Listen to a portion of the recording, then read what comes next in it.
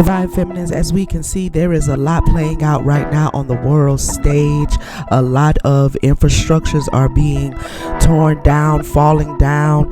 The mother wants to talk to us today about our position in all of this, how we utilize our sacred rays to bring about our divine purpose and transform and adapt in a changing world. Welcome to Sacred Empowerments of the Divine Feminine. I am YaYa, the spiritual doula and ambassador.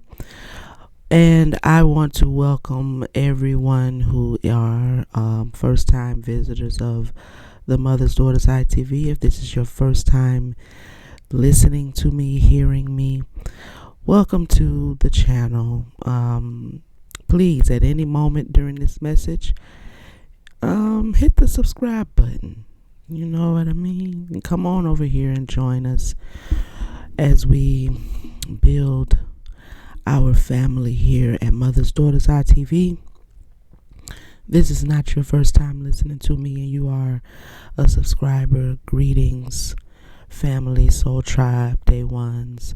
Thank you for tapping in again and tuning in again to Sacred Empowerments of the Divine Feminine.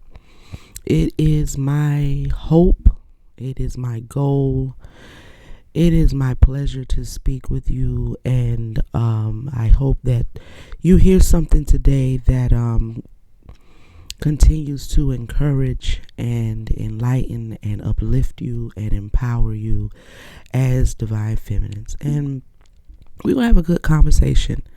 All right, we're going to have a good conversation, so just get you something to drink, get you a little tea, little coffee, little tea biscuit or whatever, you know what I'm saying, a little donut or whatever, you know what I mean, whatever time you're watching this, then get you a glass of wine if you want to, you know, roll you up something, I don't know, do what you do, get comfortable. We're gonna take our time and walk through something that the mother has given me to share with the sisterhood today.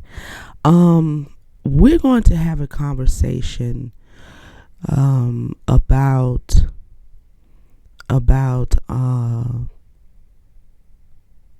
sacred rage. And I have mentioned sacred rage before in a previous message. I do not know which one. But the mother has brought it up again, and we want to talk about this a little bit. But we also really want to have a conversation about adaptation and the need for us as divine feminines to be adaptable right now. There's a lot that we see going on, in the world. There's a lot playing out on the world stage in almost every sector of society. There is changes being made. Whether we're talking about politics, whether we're talking about religious structures, whether we're talking about in the world of celebrityism or whatever faction of society you look at, there are major changes happening simultaneously, at the same time. Okay, there's economical changes that are happening across the world, at large. And we're always going through changes as a society, but something feels different. And I don't know if the divine feminines who are listening to me can feel the energy, but something feels different about what's happening right now as we watching we're almost watching, if I would be honest, it seems like we're watching the false matrix go up in flames, right? We're watching it go up in flames. We're watching it change, right? I think that the mother is doing what she said she was going to do. I've said it many times on my platform, and I think everyone who is tapped in to the frequency of divine femininity, that has been studying and learning and repairing and restoring their relationship to the Most High, as she is, that Even when you look at the age of Aquarius and yada yada yada, we know that this change is inevitable. We know that the things we are seeing as consciously awakened people, spiritually awakening and awoken people, we know that this change and this breakdown that we're seeing in the false matrix is inevitable. And if you do not know that, then you are now informed that the changes are inevitable. Okay? Because there has been a major infraction and injustice that has taken place over the generations that has to be repaired. The breach has been broken and it needs to be repaired. The walls have been torn down and they need to be built back up.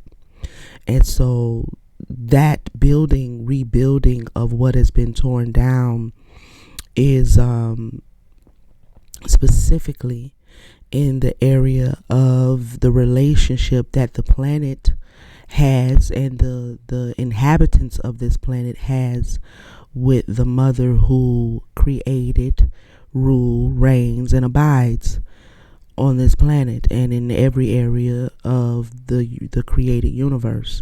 And the ignoring of her existence, the suppression of her power, the usurpation of her throne is coming to an end.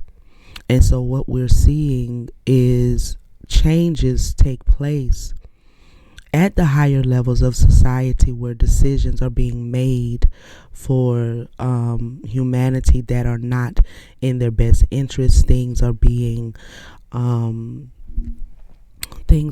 placed on the backs of people who it's a falsehood and it's not true natural life. Our lives are basically being sifted from us. Our right and privilege to live a natural life and to thrive is being sifted from us, right?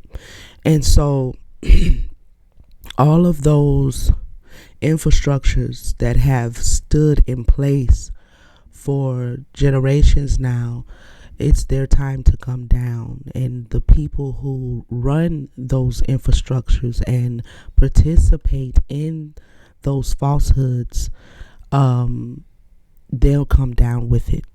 Okay, so I want to talk about, on behalf of the mother, we're going to talk about adaptability, we're going to talk about sacred rage, and we're going to talk about transformation and purpose. Okay, so before I get into this at the micro level, I want to explain that what we're seeing happening in society is a direct result of the mother's sacred rage. All right. This is where we meet the side of her that is destructive in its nature.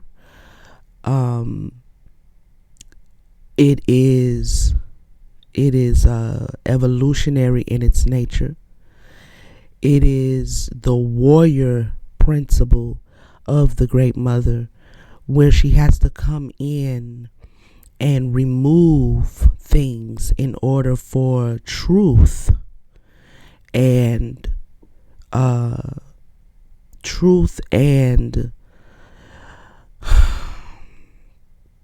love, ultimately, to be at the foundation of the lived experience in this dimension, in any dimension that needs this kind of correction, right? And we find ourselves at the opposite end of her sword right now, right?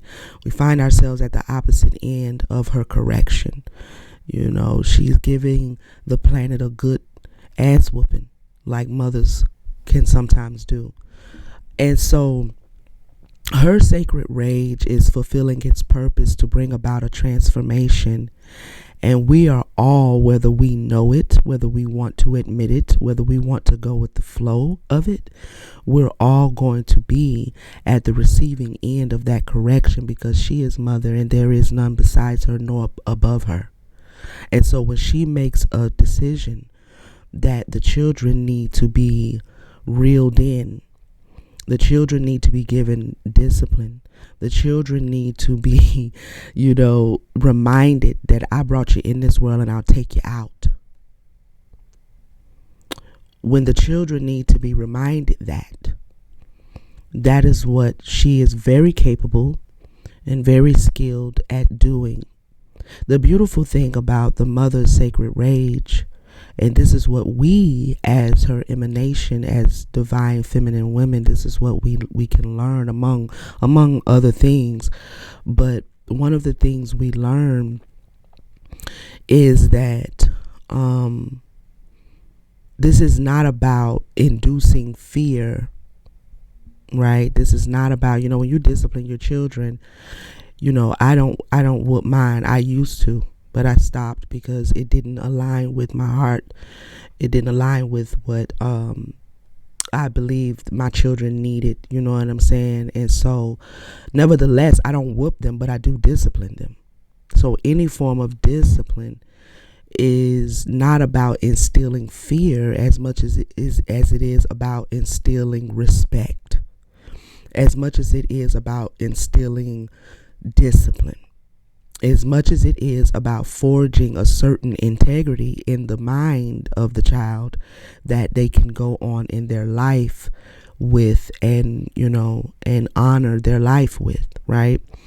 So the mother likewise, this is not about fear. Her correction is not about, I am mother, hear me roar. You know what I'm saying? She doesn't move in that frequency. But she does, however, move in the frequency of sacred rage. Okay? She does, however, move in the frequency of sacred love. Right? And when you truly love somebody and they step outside of your, we talk about unconditional love all the time, right? The unconditional love is the highest vibration of love that there is. And so, but in any aspect of when you're talking about a relationship now, relationships and love may be unconditional, but relationships are not. Relationships are very much predicated upon condition, and I may still love you, but that doesn't mean that I may not need to adjust the nature of the relationship to accommodate that love. You know what I'm saying? Like I have to accommodate where you are as a person. I have to accommodate where you are in your ability to unconditional love, because just because I have the ability to do it doesn't mean you do, right? So the relationship is very much conditional. I think sometimes we get on our unconditional love soapbox and we kind of make the relationship synonymous for the love, and it's not by any means. You can very well love someone unconditionally and choose to limit their access to you, choose to limit your access to them. You know what I'm saying? You can adjust the relationship. I unconditionally love a lot of people that I don't talk to often, right? And it's actually in my unconditional love that I tend to stay away, right? Because then we start forcing things, thinking that unconditional love means that I have to be a doormat to you. I have to lay down and take it, and that's unconditional love, and that is not what unconditional love is. Because when you do that, because you have a misunderstanding of unconditional love, when you continue to allow people to mishandle that frequency, it creates karmic situations, right? It creates karmic situations, and unconditional love is honorable and righteous and integral, and all of that is a beautiful thing. It's a very beautiful high frequency of love, but that does not determine how I choose to allow you to relate to me or how I choose to relate to you. I have to use logic when it comes to relationships. So relationships are conditional. The mother loves us unconditionally, but the relationship we have with her needs repairing. It needs restoration from the heart space. right? I think we've spent so many generations now, relying on spirituality, the spiritual aspects of this planet, of this dimension. We've relied on the manipulation of spirituality and haven't really mastered the condition of the heart space. And in almost every religion, in almost every spiritual organized concept, the heart space is always at the center of it. And then you can pick any one of them. It doesn't matter, and there's something to be said about that. So we could sit and talk about spell work and spell casting and African spiritual systems and Christianity and prayer and all of these tools that we have. But a worker who doesn't have the heart or the passion for the job, after a while they fuck up. That's just what it is. You know what I'm saying? Or after a while they quit.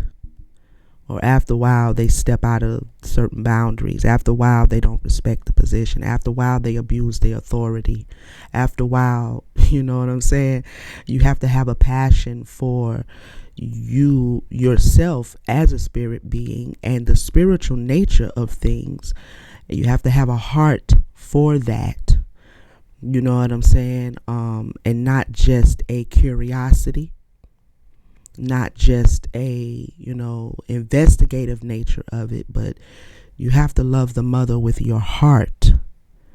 You love your ancestors with your heart. You know what I'm saying? Not because of what they do for you, but just because everything that has been created by the mother at the highest frequency of love should be loved unconditionally, right? So, sacred rage is important to understand the difference between sacred rage and rage. Okay, sacred anger and anger. Sacred rage, and I'm reading the definition off of Google. I Googled it because I wanted to see what it was going to say. Sacred rage is a transformed form of anger that can be a powerful force for justice and activism. It can also be a heart-centered desire to reject the worst of humanity and strive for a higher self. Strive for a higher self.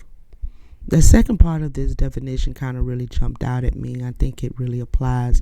I mean, the whole definition applies, but what we need to understand about sacred rage is that this is not destruction for destruction's sake. This is not destruction for selfish, self-centered reasons or gain. This is not destruction for greed. This is not destruction for any reason other than to bring about a certain justice, a certain balance. It is a rage that can be used to break down societal norms. It is a rage that can be used to break down, even things going on in your family that have been rooted at the bottom of your family, that has been causing division in the family, the hidden secrets, the things we don't want to talk about and look at and deal with.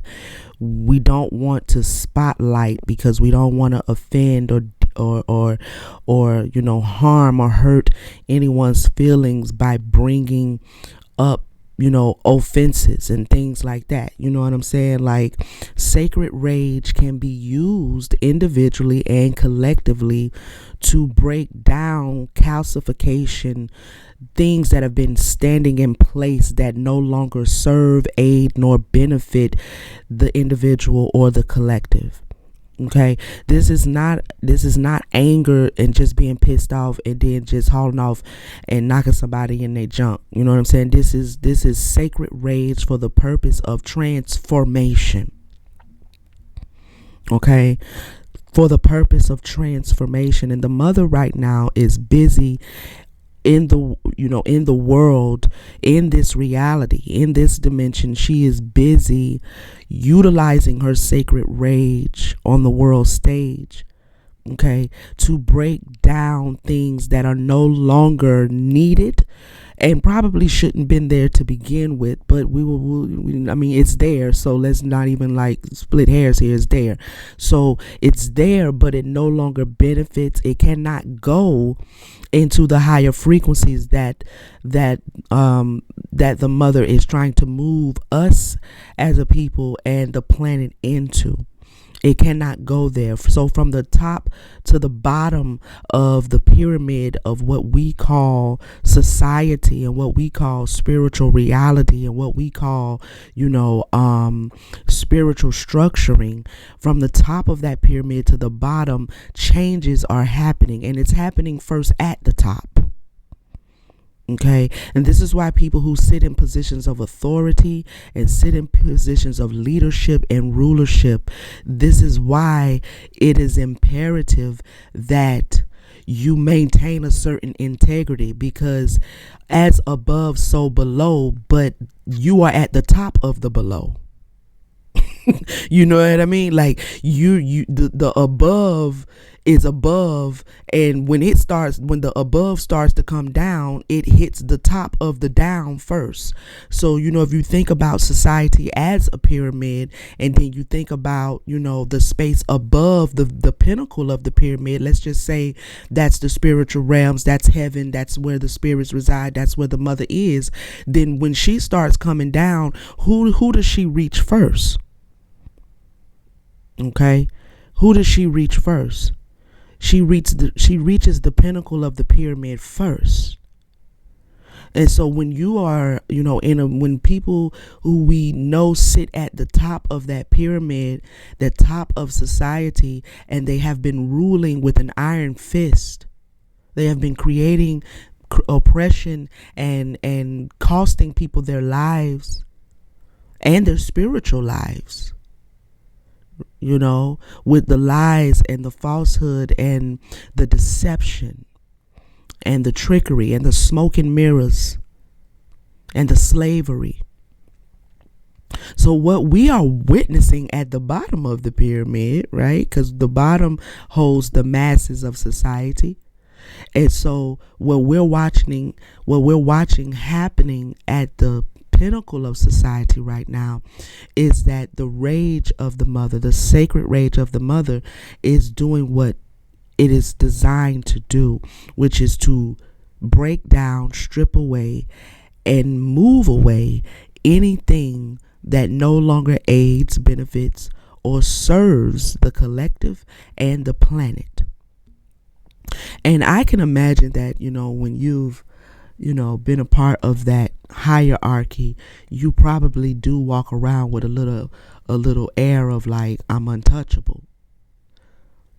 And in the society you may be, but nobody's not untouchable when it comes to the mother, because she created you like she created me. She created you like she created the sun, and like she created the stars, and like she created the trees. We're all subject to her as mother. And so what we're seeing is that destruction through her sacred rage to bring about transformation. And this is happening collectively. This is happening collectively, and it is happening individually, and we'll get into the individual aspect of this concept specifically for us as divine feminines. But the transformation of sacred rage is fulfilling a divine purpose that is still hidden, right? The fullness of this is, and I'm in the process right now of recording some content about trusting the process. And when you are in a process, as it relates to the mother, in her wisdom, she does not always reveal what the end result of that process will be. And I feel like the end result of this transformative period that the planet is in is still hidden. We don't quite know. We get little glimpses. We understand about the frequency of the planet raising, and we understand that the spiritual giftings of a lot of people are coming online, and people's third eye is awakening, and we're becoming just more spiritually minded and spiritually fluid, and certain religious structures are being torn down, and people are learning on their own and investigating on their own, and so on and so forth. But what we are becoming as humanity, and what we are becoming as a race of people, we quite frankly do not know. The transformation that is brought about through her sacred rage is fulfilling a very specific divine purpose. It's her purpose. It's her original purpose. It will always be her purpose, for the reason why she created this planet and created us.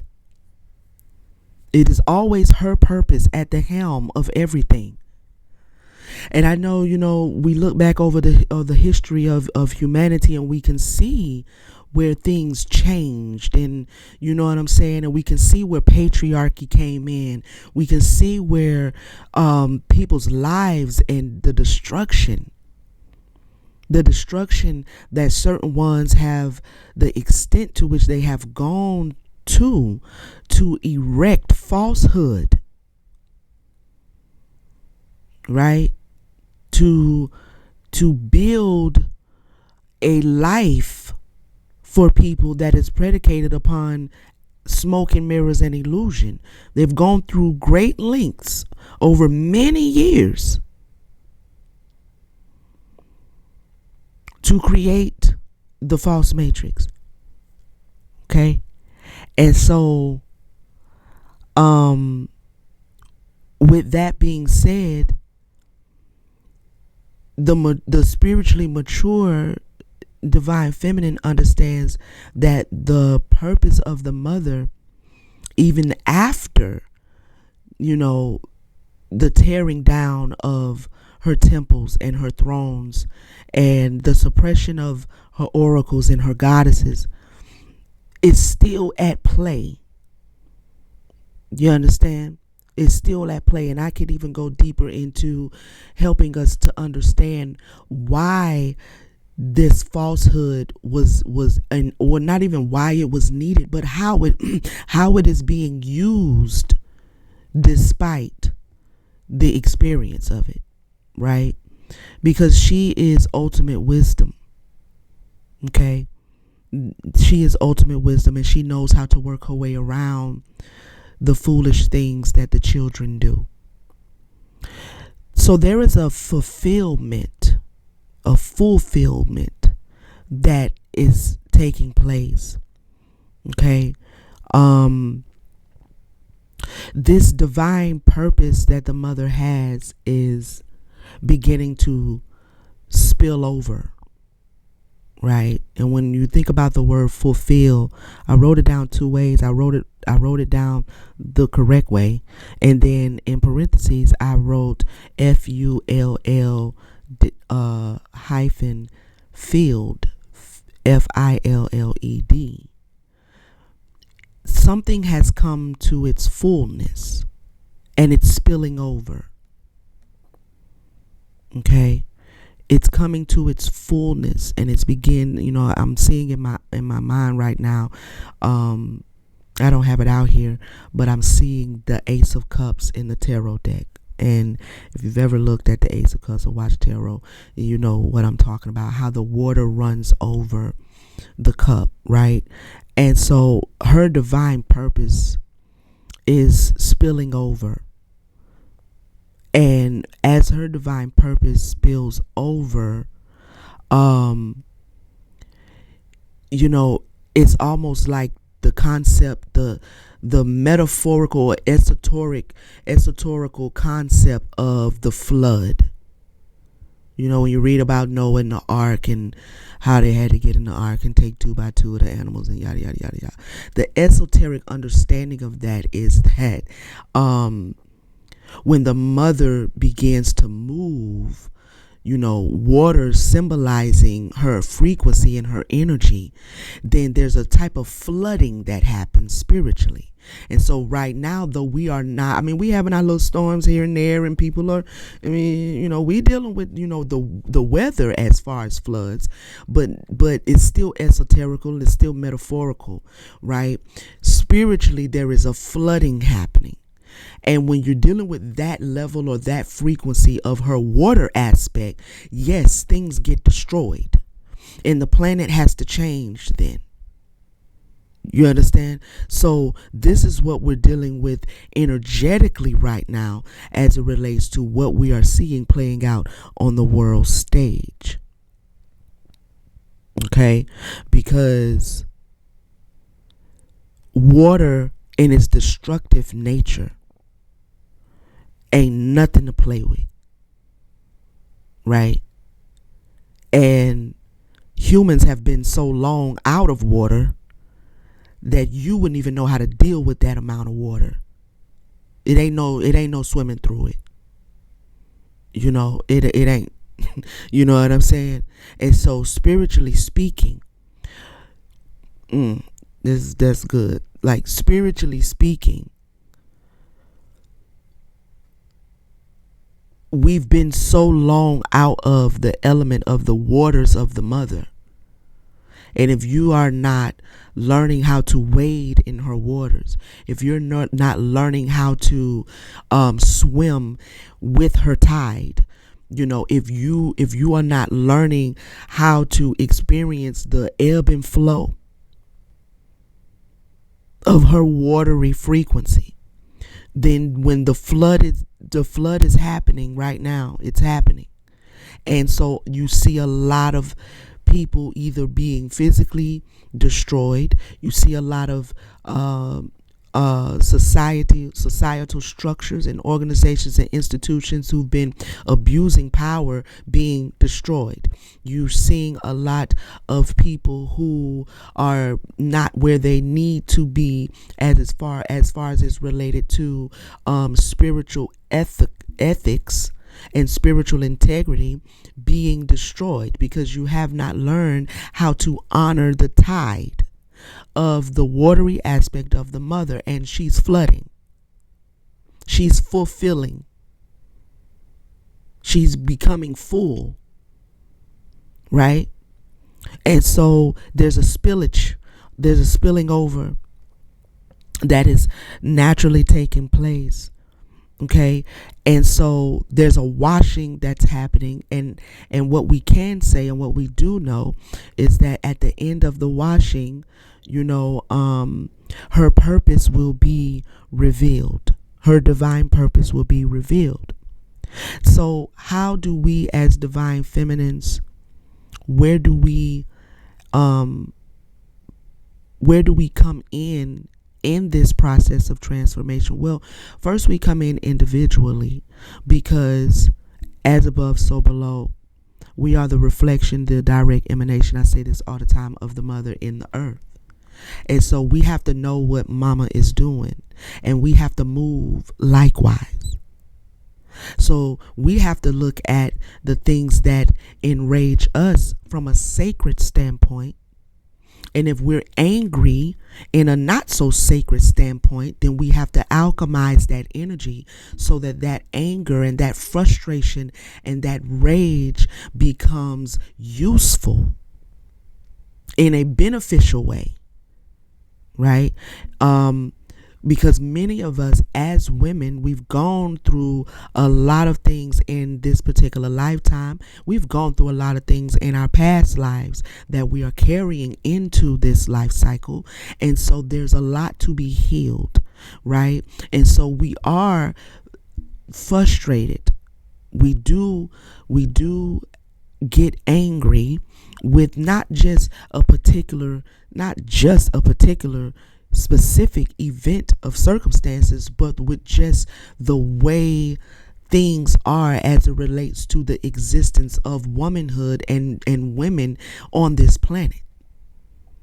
And the disenfranchising, the mockery, the disrespect. Okay? So we are emanating that frequency that the mother who also feels disrespected and dishonored. We are reflecting her in all things. Like I said, I think I said it in the last video. I'm not sure. Might be in a video that I haven't released yet. But I said that we don't just reflect her in her nurturing aspect, in her compassionate aspect, in her sexy, sexual, sensual aspect. We don't just reflect her in her ability to manifest and birth. We reflect her when she's also pissed and feels disrespected and slighted and dishonored. So what we have the responsibility to do as divine feminists, both individually and collectively, is to learn how to be in that frequency and to destroy for the purposes of the higher self and bringing in a higher frequency. Okay, we have to learn how to move out of irrational, uncontrollable emotional rage that will cause you to run over somebody with your car. You know what I'm saying? Like that's not what we're looking for. We're not looking for that, but we're looking for a productive rage, a sacred rage that can be used to create movements of activism to further aid the mother as she is bringing about transformation. And so for some of us, that transformation needs to happen first in us individually. And you will know if this is in your spirit, if this resonates with you. You will know if I'm talking to you, where you need to deal with your anger. You need to find something productive to do with your anger that will benefit you and not destroy you in the process of you trying to, run over somebody with your car, because you're going to jail. That's all I'm saying. I mean, if you feel like you want to live the rest of your life in jail, then okay. But you have to find a way to deal with your anger in a way that further aids your higher self. And when we do that, we turn our rage and our anger into a sacred rage and a sacred anger. And we can use that as a tool to further bring about a transformation in our own lives and subsequently in the lives of other people who are looking to us, relying on us, depending on us. And we have to start there, because many of us we are just now repairing our relationship to the wisdom of the mother. And so there's a certain level of wisdom that we still have to grow into. And these conversations amongst us aids us in being able to do that. But wisdom is a lived experience. So, this is where it comes down to the specified event of circumstances surrounding your life that frustrate and anger you, and you intentionally choosing to make a choice or a decision to not overreact, to not be reactionary at all, but to use your anger more systematically, right? To apply your anger is valid.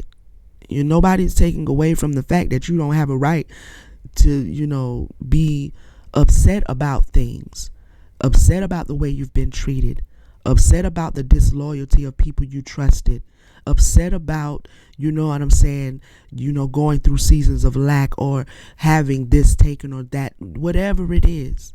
You're heartbroken. Nobody's invalidating that you have, at least I'm not, that you have a reason to be upset. Now, what we do with that anger is a choice.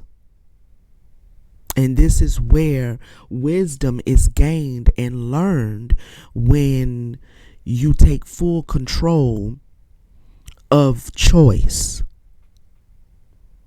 It's one thing for a person to make me angry. It's another thing for me to allow that person to cause me to react in that anger, because I am yielding over to them more power than they're supposed to have. Okay, so when we look at where we come in as divine feminine women, the transformation of the things that have caused us great frustration over the years, that frustration, that anger, that rage has to be changed into a sacred rage, so that in that sacred rage, we find our individual divine purpose. I remember some years ago, I don't know where I heard it from. I don't know if I read it in a book or I heard it. I don't know where I heard it from, child. I don't know. It could have been anywhere. I could have been watching Oprah Super Soul Sunday or something, and that's how long ago it's been. I don't know, but I heard someone say, and it always stuck with me, that the thing that makes you angry is an indication of where you're being called to. The thing that consistently, the idea, the whatever it is, if there is something that constantly, every time you hear it, see it, and you see it play out in society, you see it play out on the job, you see it play out in your family, you see, you know what I mean, wherever you see it, wherever you experience it, if it consistently makes you angry, that is an indication that might be an area that you are actually called to bring a change to. And this speaks to the activism side of sacred rage. The thing that pisses us off, not the isolated incidents, like your man, didn't come home last night, not that, but like the things that are playing out on a mass level, you know what I'm saying, that you constantly find every time you hear it or see it or watch a podcast about it, and it's like, oh my God, these people get on my nerves. You know what I mean? It's constantly stirring your spirit. Those are indicators that might be an area that you may have a divine purpose in. And if you haven't investigated that, and you're just sitting with the frustration and sitting with the anger every time you experience it or run across it, then you haven't turned that anger into usable anger. You haven't turned that anger into activated anger to bring about a change, whether it be at a large scale, because I don't know who's listening to me or who's going to listen to me in the future. If you have access to large resources and large scales to bring about a large movement, or starting at grassroots, or if it's just in your family or just on your job,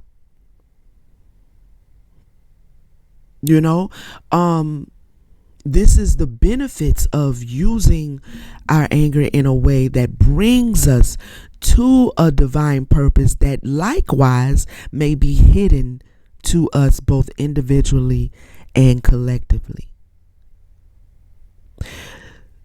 Because we are, experiencing a lot of change right now, in a collective way and individually, there's a need during transformation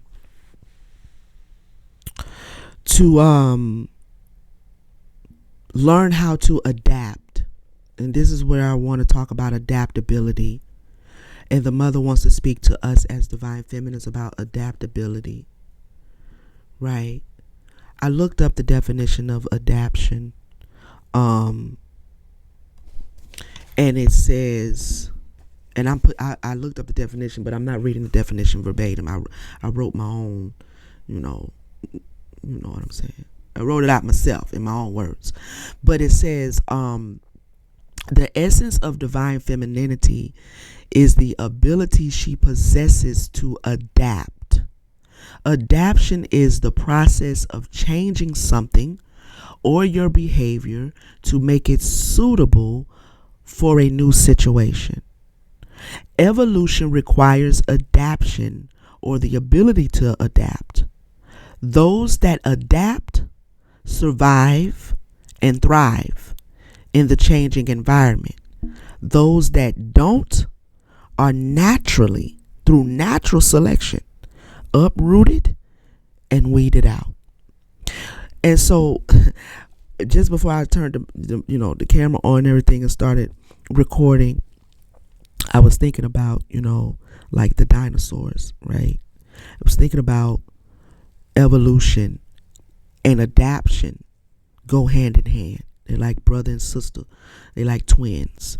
Adaptation and evolution goes hand in hand.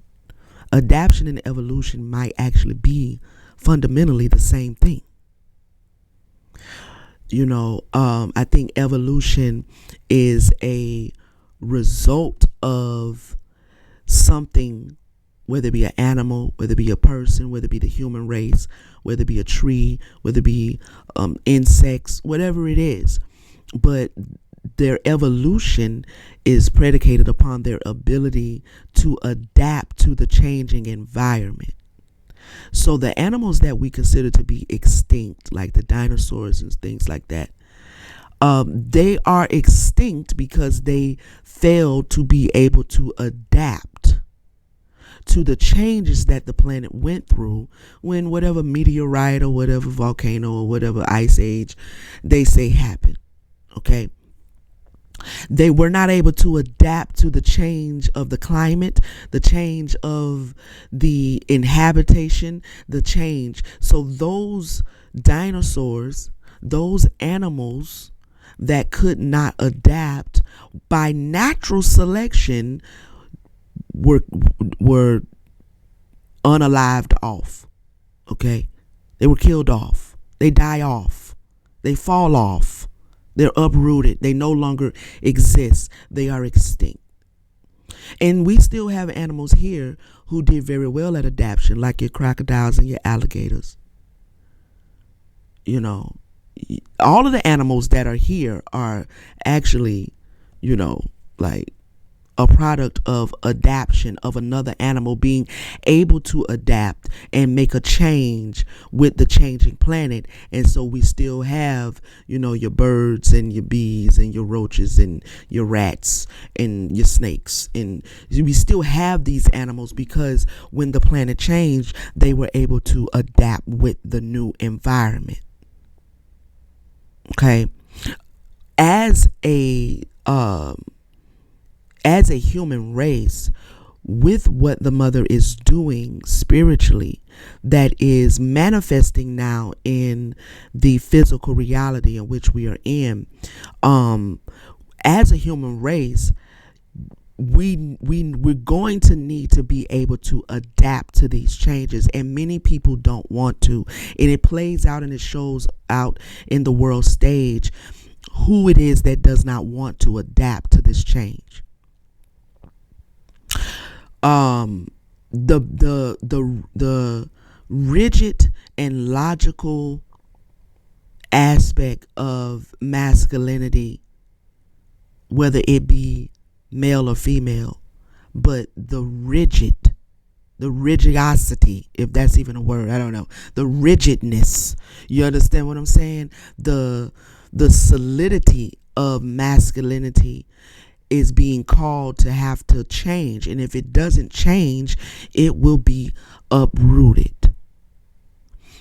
And when it changes, it moves into a divine masculinity, which is yielded to divine femininity. And so it understands the ebb and flow of the tide of the mother, and it can arc itself, so to speak. You know what I'm saying? It can put itself in a safe space so that it can flow with her as she's flooding, right? But when you want to be just, stuck in your your ways of thinking as it relates to politics, as it relates to economics, as it relates to reality as a whole, as it relates to family structure, as it relates to gender roles, as it relates to religion. If you're going to be rigid, then you're going to have a hard time with this water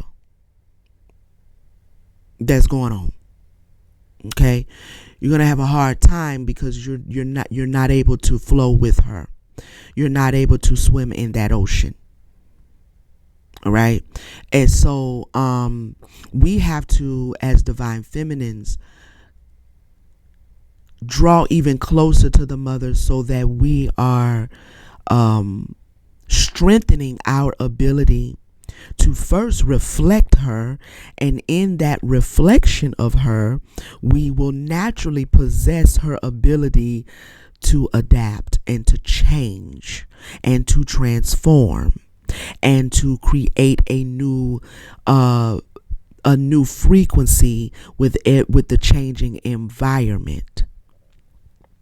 Okay, this is at the essence of divine femininity. It is about having the energy and the frequency and the power to shape shift. Okay, it is about having the frequency and the energy and the power to adapt. Okay, and so when we are looking at what's going on and looking at the changes we're having to go through, being flexible and pliable to the changes that you're experiencing as a divine feminine is key and paramount to you being able to access your individual divine purpose, and for all of us as a collective of divine feminine women to collectively bring about and fulfill the purposes of the Most High, the Mother, right? So she wants us to learn to strengthen our ability to adapt. She also wants us to utilize and find our divine purpose. And like I said before, just to give you a little hint, look at what frustrates you. Because anger is a type of passion. And if it didn't anger you, in other words, if it angers you, that means you have passion for the opposite of it. So whatever it is that angers you, you have passion for the opposite of that. You understand? So if you are angered by, like for me, I'll use me as an example. One of the things that really constantly angers me is abuse of power. Any form of abuse of authority in any area of society angers me. Right? And so I work really hard in my divine purpose to create a safe space. I'm a spiritualist. I'm a spiritual teacher, right? This is what I do. I don't lay bricks, and I don't build houses, and I don't, Like, this is what I do. So in what I do, in my divine purpose, I do my best to, as people come and they want mentorship and so on and so forth, I don't deal with people as if I'm lording over you. You understand what I'm saying? Because there's no need for that, and it brings about an opportunity for an individual to abuse the illusion of authority, and you will be self-deceived. you're deceiving yourself thinking you have control and lordship over people. You know what I'm saying? And so just coming out of my days of the church and stuff like that and dealing with all that spiritual abuse, it angers me. Specifically when it comes to spiritual leadership, that angers me. And so that is a direct indication as to why I move about in my own ministry the way I do, why I move about in my own purpose the way I do, and why I am, aspired to be the kind of leader that I'm aspired to be. Because it's like there's a trust that is built between the mentor and the mentee. There's a real heartfelt trust that is required. And for an individual to abuse that, I can't even explain to you how it pisses me off. It just does. It just pisses me off. And when you're talking about spiritual leadership, because now you're not only talking about trust, you're talking about a person's spiritual growth that you are impeding upon being a goddamn bully. Like, I can't even make that make sense, but that's me. And so, and I've always been that way. And so it has always been my compass, you know what I'm saying, to guide me in my own purpose. The opposite, leading with respect for the person that has decided that they feel like they can learn something from you. It doesn't make me above them, right?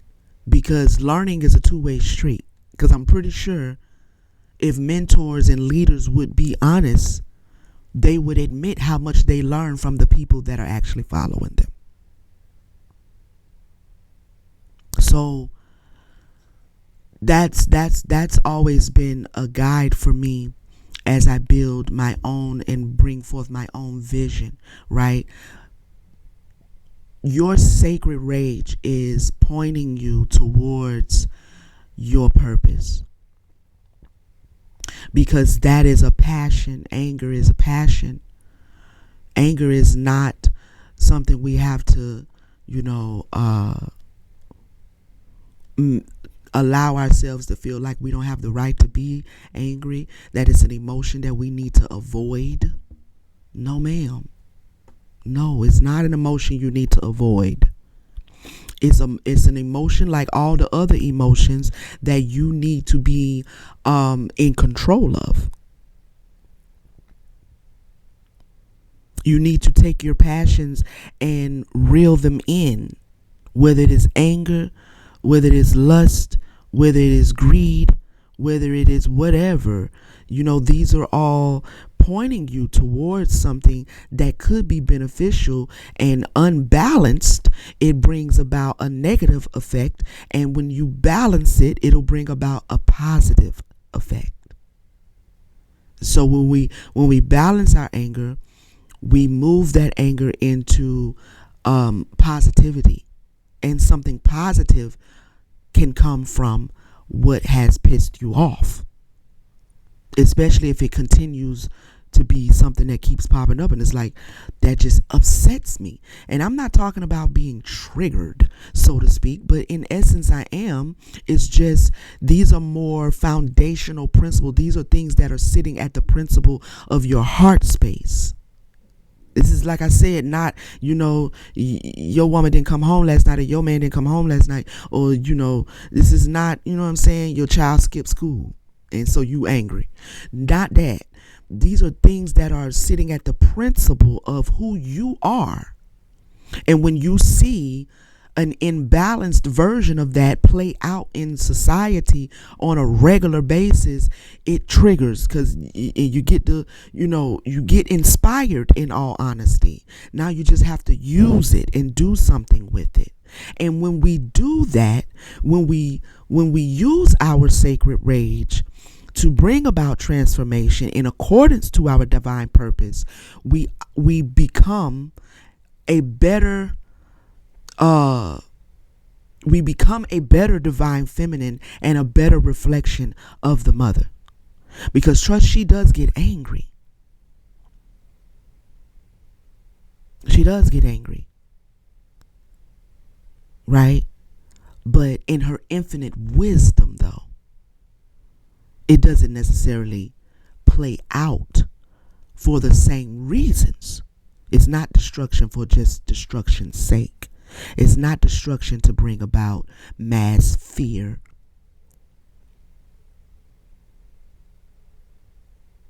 It is correction. And it is a moving of things, a breaking down of anything that cannot go and is not in alignment with where she is moving. When a flood happens and that water come out that ocean and start going across streets, every building that's in its path as it is moving is coming down because it is moving. This is why we have so much physical destruction when there's floods, because that water is moving. It's not, you know what I mean? Like your little house and stuff gonna be floating in a minute because it's in the way of the path of the water. It cannot be hindered like that. So when she's moving all that is in her path that is not standing on a solid foundation of integrity, of respect, of honor as it relates to her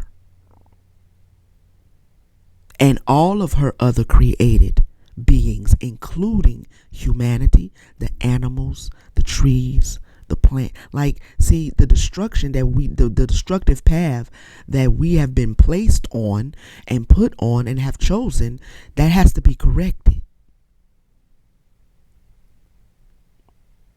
That has to be corrected. And so that is what she's doing. And that is what we must do in our individual lives as divine feminine, is bring correction. Bring correction in love. But if it has to be torn down, it just has to be torn down. When you clear that path, then when the waters recede, you can rebuild something upon it that is more honorable, that is more respectful of who you are as a divine feminine, and you will demand that honor and respect from those who benefit from what you build upon it. So this has been Sacred Empowerments of the Divine Feminine. Thank you for tuning in. Please take a moment to hit the like button, to subscribe if you have not, and also hit the notification bell so you know when I'm back with another one. I appreciate all of you. Thank you for your support. Thank you for, being a part of the collective of the Mother's Daughters ITV. Tell somebody about the channel, someone around you, someone on your job. Share the channel with other divine feminines around you who you think might aid or benefit or enjoy the channel. We're continuing to build, and so we're expecting beautiful and great things as we continue to fellowship and just keep each other uplifted. Please leave a comment if you feel led to. If you need to reach out to me personally, you may do that through my email, which is at the bottom of the description. Okay? And I'm trying to do better checking my emails on a daily basis, but I'll definitely get to you. If not, leave a comment. And I'll see you guys on the next Sacred Empowerment, okay? Peace, family.